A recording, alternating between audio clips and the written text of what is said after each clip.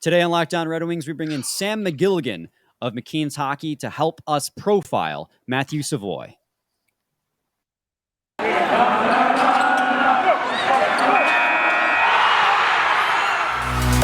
You're Locked On Red Wings, your daily podcast on the Detroit Red Wings. Part of the Locked On Podcast Network, your team every day.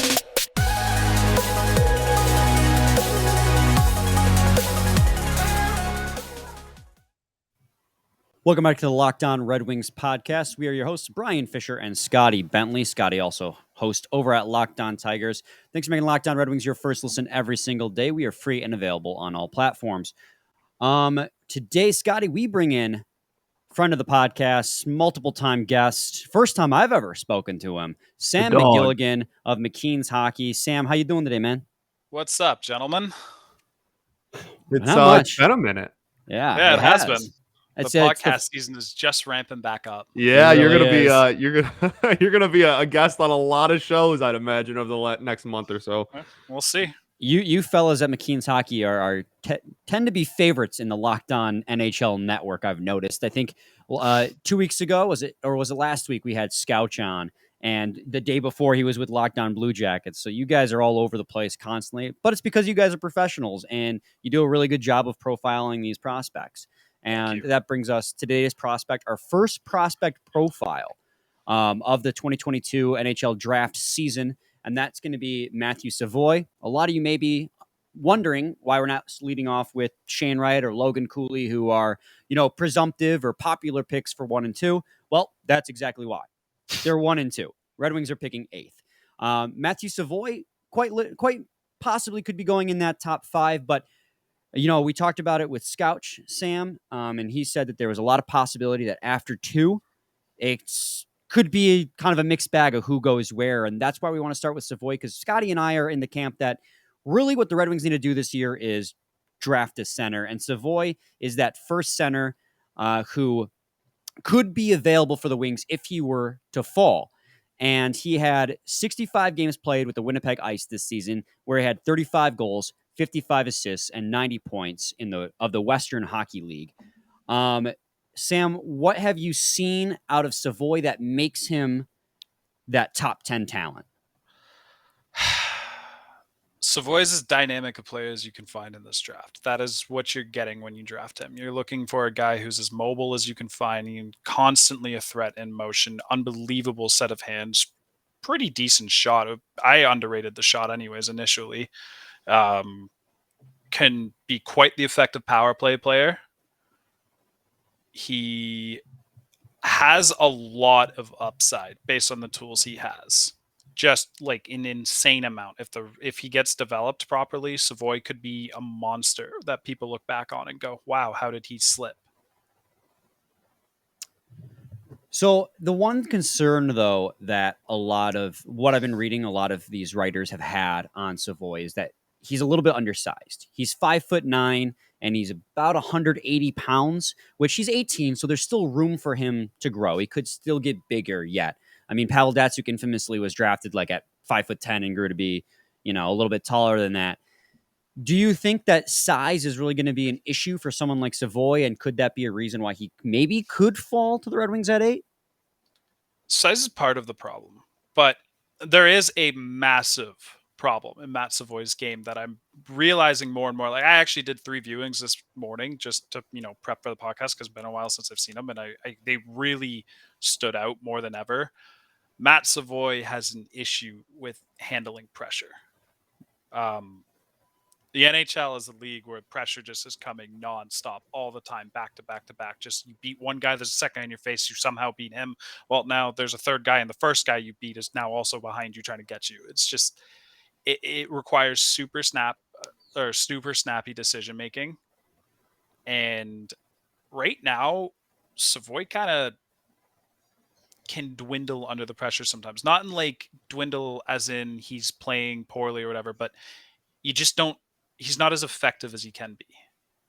And that's a bit of a problem. Part of it is because of the size. You can be knocked off the puck against bigger guys. Bigger athletes are going to come in. They're going to take them. And as you said, like they're 18, right? They're all going to get stronger. They're all going to get bigger, especially the guys like Savoie's height and a few of the other smaller centers. You can always, they get the physics advantage based on leverage because they're shorter, so their center of gravity is lower to the ground. So if they have crazy core strength that they can manage as a smaller center, that's not really the concern. It's just being able to navigate through a sea of bodies in really tight proximity and not cough up the puck is a bit of an issue that exists right now. It's not unfixable though. It's like it's something you've seen in draft eligible players who 5 years later are NHL stars. But it's also something you see. It's like a commonality that exists in first round picks that often don't live up to the hype. But they also don't tend to have like the toolkit Savoie has. So it puts him in this really unique spot where you can justify drafting him as high as 5, but you could also justify dropping him outside of your top 10. And I would agree with both of them. I have no clue what I'm going to do with him in my rankings after today's viewings. I'm actually extremely confused, if I'm being honest. I just don't know if he's a center long term. Maybe he can be. I mean, he's not a bad player in the middle of the ice, and he understands the value of driving and play through the center of the ice and the chances that creates for his coming in off the perimeter. But I'm just not sure if I can see him playing through all of the pressure that playing in the middle of the ice gives him when he could just be a dangerous perimeter guy. I don't know. He's one of the trickiest reads you can find in the top half of the draft this year. There's so much boom or bust, and I hate that label normally, but it kind of does seem to fit him because the range of outcomes is quite literally anywhere between first line player and doesn't make a substantial role in the NHL. Well, and that's why I wanted to lead off with Savoie too, because of that center thing and the question, the center thing, the thing that he is a center. The Red Wings, in Scotty and I's opinion, like I led off the show with, we feel that they need a genuine bona fide prospect to be a top 6 center. You know, Joe Veleno came up and finally solidified his spot on the NHL roster. We're not sure he can become that top 6 center. Jonathan Berggren broke the rookie record in the AHL.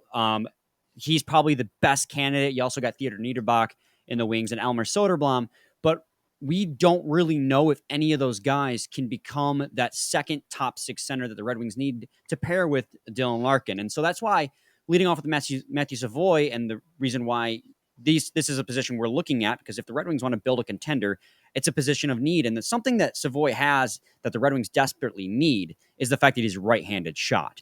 And I not even just the Red Wings, but I feel like any NHL team just needs right-handed shots at this point, because it feels like the league is just dominated by lefties.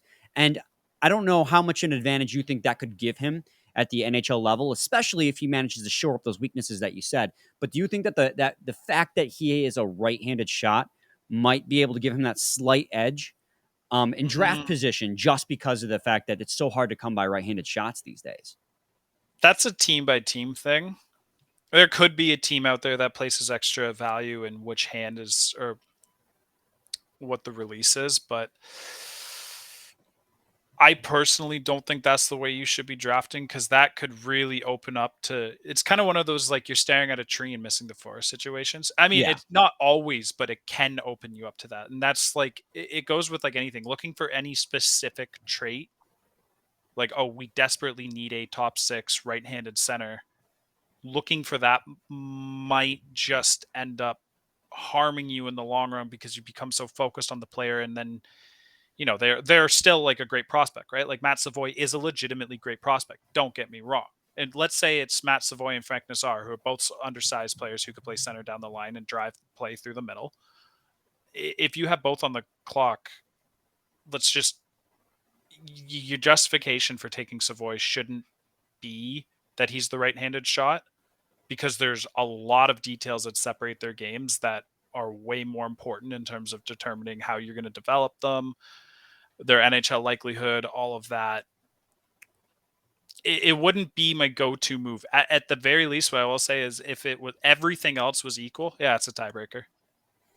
Good. It's one of those traits that you can use as a tiebreaker, but I don't want to place emphasis into it. That's fair. I do got to get to a break or a ad read here, but when we come back, I want to further this conversation about Matthew Savoie and get a little bit more back into his strengths. But I do got to talk to you guys today about Built Bar. We've been talking to you guys a lot about those birthday cake puffs. And Scotty, before we got on the air today, before we started recording, I went to the gym. And halfway through my cardio session, this is something that's never happened to me before. I was actually craving a protein bar. Legitimately, I've never had a protein bar that I've craved during a workout. Usually They're it's good, just a thing man. that I take They're afterwards. really good. I was straight up like, I want the marshmallow. It's the Built Bar Puff, the birthday cake one. They're so good. I have the wrapper here because literally while we were prepping and talking before we recorded, I was inhaling Yeah. this Built Bar. I've almost gone through my whole box they gave all the hosts. All right. I think I literally have one left in my box at this point. This is legitimately the first time in my life I've ever craved a protein Yeah, bar. they're That's how unbelievable. good they are. They're only 150 calories with 16 grams of protein, 9 grams of sugar. This limited time flavor is an amazing option if you're looking for a healthy way to get flavor and variety in your day. All Built Puffs are covered in 100% real chocolate. That means with Built, you can eat healthy and actually enjoy doing it. Go to Built.com to get birthday cake puffs now. Go to Built.com, use promo code LOCKED15 and get 15% off your order. Use promo code LOCKED15 for 15% off at Built.com. Segment 2, Locked On Red Wings podcast. Scotty and I are joined by Sam McGilligan of McKeens Hockey as he helps us break down our prospect profile on Matthew Savoie. Scotty, do you have anything that you'd like to ask Sam? Yeah. Well, I wanted to kind of dive a little bit deeper in the. I know we want to get to his strengths here, but I want to dissect maybe the weakness of his inability to handle pressure. Like a little bit more. Is that just like any type of pressure, or is it like he doesn't handle like a forecheck well, like a back check, or is it like he gets it somewhere and he just gets bull rushed, like, and he doesn't know what to do, like he freezes? What I guess I'm just more wondering what type of pressure is he really struggling with, or is it just all pressure, and that's just going to have to be something that he clearly needs to develop? Yeah, I realized when I said it. I realized after I said it earlier, I'm like, that sounds a little too critical because it's not like he's completely incapable of handling pressure. If he was, he wouldn't be scoring at the Sure, rate right. he is, right? That's a big deal. The biggest issue I have with Savoie right now in his game is here's an example, actually. Something I even mentioned to Scouch earlier when I was watching his game is he was kind of fumbling some little off direction passes. Like people were throwing passes his way and they weren't really coming in, but he's high skill, right? Like you want to see those high skill players corral those pucks in super cleanly and Sure. then just make quick decisions. Like that's what a first line forward is in the NHL versus a third. The guy who just catches the puck, not a wasted millimeter in movement, and then can just instantly attack. And with Savoie, he was kind of fumbling pucks, and then pressure comes his way. Let's say he's crossing the blue line, and he's got a defender who's paying attention to him. That's his assignment. So his guy's coming in. One guy, not really a problem. Dynamic players like Savoie can shred a single variable like it's nothing. Defender comes up, he can attack laterally, he can attack with his skill, he could just fake with his feet and destroy him with his hands. There's so many different options that this guy has. But let's say he's got a defender draped to his back pressuring him. He gets the puck, and now there's a guy in front of him as well. He doesn't have much room to operate in. He has the tools to escape. So it's not like he's not a good skater or anything like oh that. no, Like he's he has brilliant. Okay, so he has the ability to. It's just more of a. I mean, that would be more of a mental thing than at that level. It's definitely a mental thing. Sometimes it's just as simple as just not understanding the margin of time that you have. Sure. You think you have that extra half second and you don't. Yeah. But the hardest thing that I think I picked up in these years of scouting is just like it's really hard to teach players how to operate 0.5 seconds faster on certain plays. A lot of it's just like natural born IQ. Yeah, kind of. Like hockey sense IQ, all those terms, it's hard to define what they mean, but there's something there, right? I try and look at it as player mapping. Like they know where all 10 players on the ice are and the like trajectory of where they're going and why. And the best of the best just have that complete understanding. So when they get the puck, they know exactly the milliseconds on their stick. They know what to do. Right. There was a few times where Savoie, I've seen him and I'm like, oh, wow, he's about to do something. And he lost the puck because he got himself open. Like great read to find the open space and where the puck was going to go. And he gets it on his stick. And then he just takes that extra second, gathers the puck, looks up the ice and scans, and then begins the play. The window to already make the high danger pass had ended. He forced it, and it was a turnover. Sure. That little difference is teachable, but not to everybody. And I don't want to comment on how teachable he is because you can't. Yeah, we don't know at 18 years old.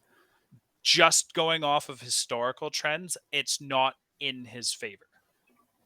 They're also, most of them aren't as gifted as he is either. Like he's his highlight reel is insane. It's up there with anybody in the draft. Never draft off of a highlight reel, but some of the stuff I've seen him do this year is just absolutely ludicrous. Like I've seen him handle pressure and beat 3 guys single-handedly, skate up the ice, set up a player. Only happened a handful of times, but you know, those types of plays just don't really happen often in hockey anyways. Yeah, so like the talent's there, but it's more about making it a consistent thing rather than just like every so often it clicks. You want to make that clicking just a constant thing that he can do. And some of the strengths that I've been reading, up about him is like he's a great goal scorer, which is something that you've said, and that his playmaking ability is pretty good too. I also want to talk about, we've talked about him not being able to handle pressure, but in the defensive zone, defensively, is he involved in the play at all? Is he a defensively responsible forward as well? I think so. I think others would disagree. I don't think he boasts tremendous defensive upside, but I also think it's really hard to tell how defensive upside at this age, right? Because like the leagues they play in, the way good defense play doesn't necessarily always translate to the NHL, but he's active. Actually, more so than today. I think I realized I liked his defensive game more, even if his offensive game was bugging me a bit, just because he's active, he's making good reads, he knows when to pinch and when not to pinch, and he knows his escapes the second he gets the puck, how to move the play up the ice. There wasn't really that many errors. There wasn't that many standout plays either, but there wasn't a lot of errors, which is probably the more important side of things because good defense you don't often notice. Like I'm sitting there watching just number 93 go around the ice. And I was thinking, I'm like, yeah, there's a couple of like plays that you might have been able to make, a couple extra steps, but like it's always important when scouting these players to remember the pace hockey is played at. Mm-hmm. Like you don't have, their mistakes are just made all the time. Crosby makes mistakes. McDavid makes mistakes. Yeah, like, it's so easy when it's so easy when you're watching it on TV and you can stop and pause and go frame by frame to point out the mistakes they make. But especially when they're so raw at 18 years old, it can be very difficult to truly gauge their potential. But I mean, Savoie, he's definitely an interesting one. And I said at the start of the show, but because of the fact that I've seen people, especially I feel like he has slipped a little bit on a lot of mock drafts. He's going to. Yeah, I've seen him as high as 3rd overall up there with Cooley and Shane Wright, especially before the season started. And now we're seeing it's much more mixed bag. And that would lead me into my final real question about Matthew Savoie and where we think that he may go in this draft. But before we answer that question, I got to talk to you guys about what we call a BetOnline. teaser. That is a fantastic tease all time. Our partners at BetOnline continue to be the number one source for all your betting needs and sports info. Find all the latest odds, news, and sports developments, including this year's basketball playoffs, Major League Baseball scores, fights, and even next season's NFL futures. BetOnline is your continued source for all your sports wagering information, from live betting to playoffs, esports, and more. Head to the website today or use your mobile device to learn more about the trends and action. BetOnline, where the game starts. The hell is to do? To do. Oh, to do. Happy to do, baby. We are joined to do by Sam McGilligan of McKeens Hockey as we enter segment 3 here. So stupid. I'm still thinking about the protein bar from earlier. Dude. They actually look great. You're They're selling me so on good, it. man. Yeah? Okay. Actually, like It's I ridiculous. that You made a wasn't sale on the podcast. How's that make you feel? I'm gonna go get great. some. I'm doing a good Find out if job. these things are great. And that wasn't Beautiful, me yeah. just like reading the ad read. Like I legitimately was on the stair I step. see it in your face. You're just like, oh man, I actually enjoyed that They're marshmallow so protein good, bar. man. Well, They're like, and good. so many times you get these these ad reads that are like, "Oh, it tastes just like a marshmallow," and that's what the Built Bar was one, said. And then like you actually try, and you're like, "Oh, like they weren't lying. It legitimately tastes like you're eating. It's kind of unfair. Like, It's how wild. is that even possible?" It's really Sure. wild. Yeah, All they're right. incredible. Yeah, All right. Well, I'm gonna check that out after this. If I'm being honest. do it, man. Do it. Built.com. Use code Lockdown15 for 15% off your order. There you go. Built.com. Use Black- code locked on. See, I don't have this. Never mind. It's already. I forgot what the stupid tagline is already. Locked 15. Wait. I got you.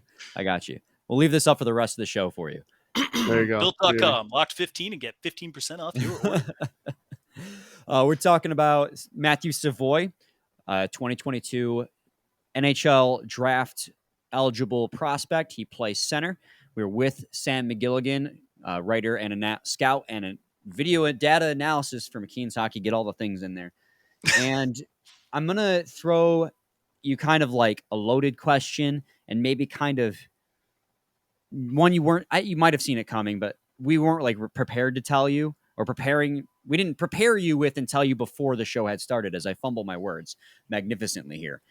But looking at Savoie and looking at the potential needs of the Red Wings, and I had told you obviously multiple times at this point that Scotty and I think that center is a pressing need for the Red Wings. But in reality, the Red Wings still need a little bit of everything. If Matthew Savoie is on the board at 8, do you think that the Red Wings are legitimately considering him?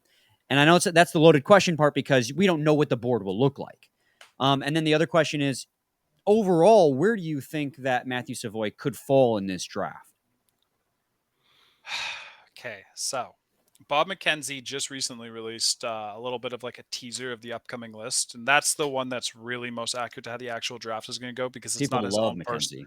Yeah, it's not his own personal list. Like it's an aggregate of scouts that he talks to, so it's the most representative of what's going to happen.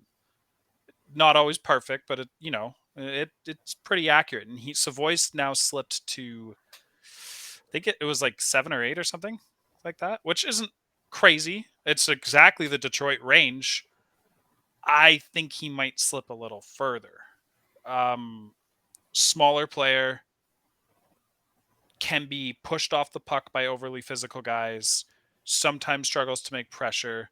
A few games where, I should have mentioned this earlier, there was a few games that I've seen where the opposing team deemed Savoie as the main threat to guard and have a guy on him at all times and the second guy between him and the puck carrier pretty much at all times. They can't get him the puck. He's out of the game almost entirely from that. Every time he gets the puck, he's draped instantly and kind of coughed it up. In those games, he turns out to be a little bit of a non-factor. Those are more representative of what the NHL will do to him.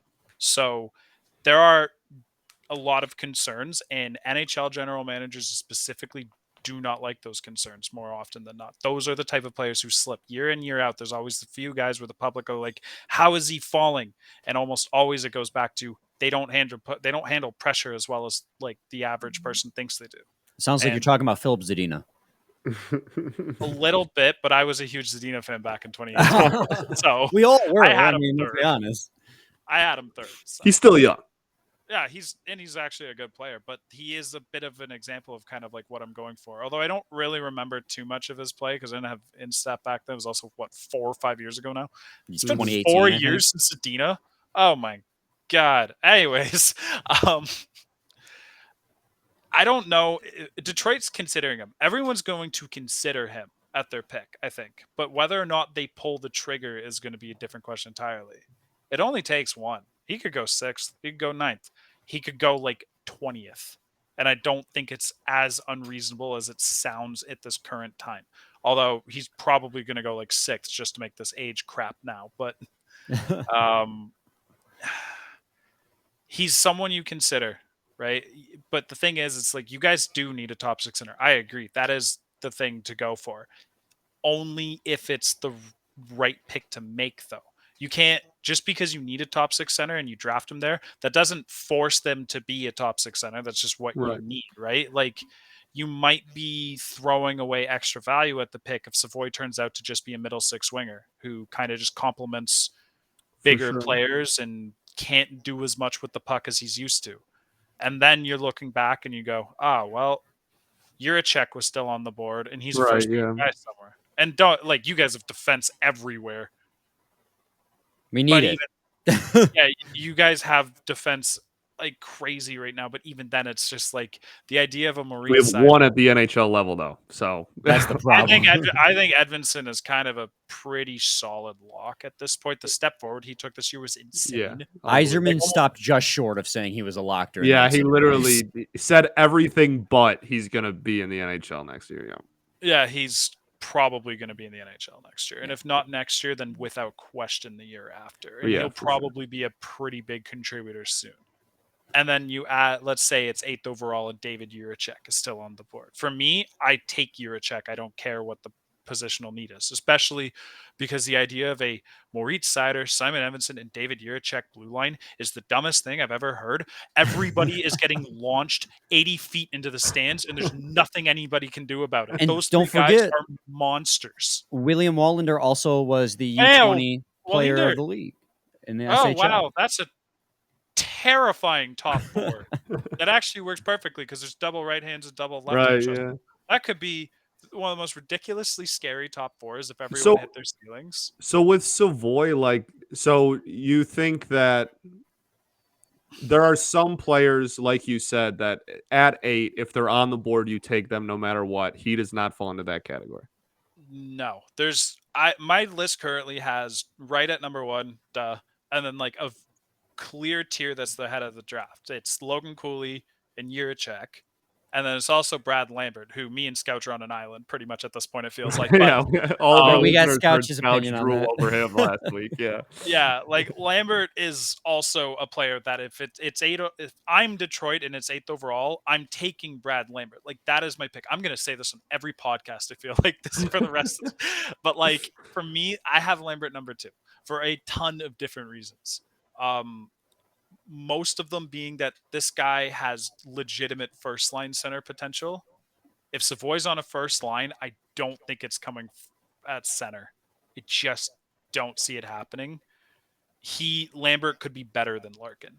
He's also risky. It might just not work out. That's every draft pick, though, right? Me and Scouch might look like morons a few years from now because we had Lambert at 2, and then he ends up playing like 5 NHL games ever. Well, you could also look like geniuses because Tony Ferrari, famously likes to talk about the fact that he was one of the few people at where he works that had Moritz Seider as high as he did, and then Moritz Seider went in the top 10, and look where that's at. So if you're hitting on Lambert, I mean, you're going to be getting some phone calls. I think there are a lot of players that you can consider at the 8th overall pick, but the thing with this draft is just like I don't think it's lived up to the hype, and there's just an unfortunate amount of inherent risk in every pick that's not like the top 4. Like Slafkovsky's going to play, Cooley's going to play, Wright's going to play, Nemec is probably going to play. Nemec is going to play. I've definitely questioned how effective he is going to be, but after that it gets really muddy, and there's like, oh wow, he didn't even come close to reaching his ceiling potential on, I'm not even joking, like what feels like every player has like one critical flaw that can just completely derail their development. If they don't shore it up. Yeah, it's insane. This draft is it's so, I guess it's kind of similar to last year. Everyone said last year was a bit of a weak draft, and it was, but there's a lot of players who were like maybes, where you're watching them, you're like, man, you could actually be something insane. One of them was Cole Sillinger, and he's already looking better than everybody. Yeah. And I was higher on Sillinger than most, I think. I've finished with him at 11. He went 12. I remember when, like last year with Nolan and I's profiles, you were higher on him than most people we talked to. Yeah. Oh yeah, that's right. This was the podcast I did Sillinger. Oh wow. Well then that aged well. You were that's why we had you on specifically, because we wanted to bring on somebody that was high on him. Yeah. Yeah, okay. So I remember that now. And he's already way better than I thought because he just put a bunch of things together. I was thinking this was going to be a 3-4 year process. Apparently it was 2 months. And then he's just like, "Oh, by the way, look at all these new things. Look at all these things I can do." And it's just like, "Okay. That could be this draft." There are so many players that are like maybes they take a huge step forward. And when they take that step, they're going to be some scary players. But maybe none of them do, or maybe a few of them do. It could be a 2012. It could be a 2017. Yeah. You can't tell right now. And That's that's kind of the always scary part. I am of the belief that, like, if I had a top 10 pick and I was an NHL GM, I'm trading hell back because there are players who I think are pretty much just a hair behind the talent level of the top 10 who are just as risky. But when you're taking them at 17th instead of 8th, it doesn't hurt as much. If they miss, they have somewhat reasonable upside that's about equivalent. And you probably got an extra pick or an asset or something for moving back that was worth it, even if both players hit and the guy who went 8th was better. Like, let's say Detroit trades down to, I don't know, I said 17. I don't even know who has 17, and then they take Lambert there or something, and then someone takes Savoie at 8. I'm taking what Detroit does 100 times out of 10. interesting. I mean, Even if Savoie ends up better, I'm still making that decision. Right, yeah, value-wise, yeah. Yeah, like, Sam, hindsight doesn't help in these things. Like, people want to use hindsight in these arguments. It doesn't. Like, there are so many possible outcomes for these players, and a scout's job is just to kind of assess which ones are more reasonable and work with the development team to figure out how to make sure the Right. better ones And a happen. lot of it's value. A lot of a it lot is of it's just value. value. You will miss on high value picks. That's the draft. Welcome to Yep. this. Welcome to it. yeah. Unless you're Steve Eisman, you draft the Calder champion at 6, and people saying you reached on him. We got a good GM. Sam, you've Yes, you pretty do. much answered every question I had, half of them before I could even ask them, which is beautiful. the beauty of Precisely what Sam, I baby. wanted. The beauty of Efficiency. Sam McGilligan. Like, literally, I was like, after asking you about where you think Savoie could land, I was going to be like, do the Red Wings take best player available instead? And you were like, then you started talking about best player available. I'm like, this guy's ahead of the game. He's ahead of the curve. Done this a couple of times now. I've gotten all my questions out. Scotty, do you got any that you have left unanswered? No, sir. All right, sounds good. Sam McGilligan, McKeens Hockey. Where can we find you? What are you working plug all your on? stuff. Plug your stuff. This is amazing. Every time we get to this point, I have to go and check my Twitter to see if there is an underscore in my @ or not. And the There answer is. there is. Okay, Yeah. see? Every time without fail. Because I know the one time I just said it was at Sam McGilligan, and nope, that wasn't it. It wasn't my @ People couldn't find me, I imagine. I mean, it's not hard to figure it out still, but damn. So, anyways, at Sam_McGilligan for the Twitter. I have a Substack, which I'm gonna be honest, I haven't even personally announced this part yet. So congratulations to the whole like one person that listens to this and knows who I was beforehand. That Substack was originally supposed to be for like interesting draft concepts and things like that. And I wrote a ton of paper things for it that are all sitting in a Google Drive that never got uploaded. And I don't know what I'm doing with it. I think I'm just going to use that as a place to like store rankings and things like that. So sammcgilligan.substack.com is going to have some sort of content coming.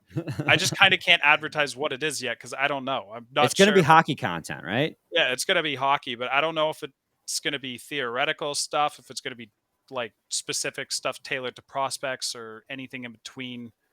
I don't know. But the bulk of my work goes on McKeens Hockey anyways.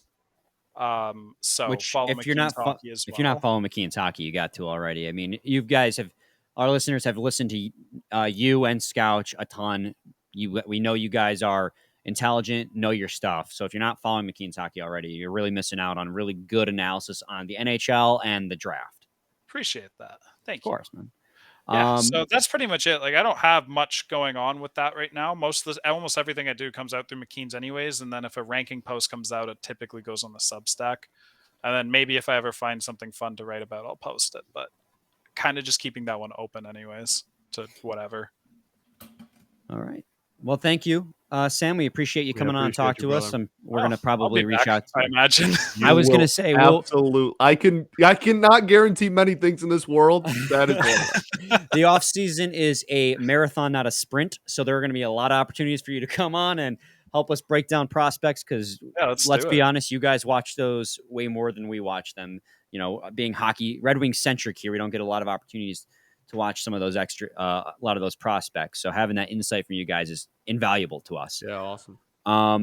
Thanks for making Locked On Red Wings your first listen every single day. We are free and available on all platforms. Now make your second listen Locked On NHL. From first round matchups to each Stanley Cup kiss, Locked On NHL covers the playoffs like no other. Hear the latest news and opinions from local experts every Monday through Friday. It's free and available wherever you get your podcasts. Scotty and I will be back with you for our final grades of the offense on Friday, and it'll be good. It'll be a great one. Yeah. Same time, same place. To your team Every every day. day.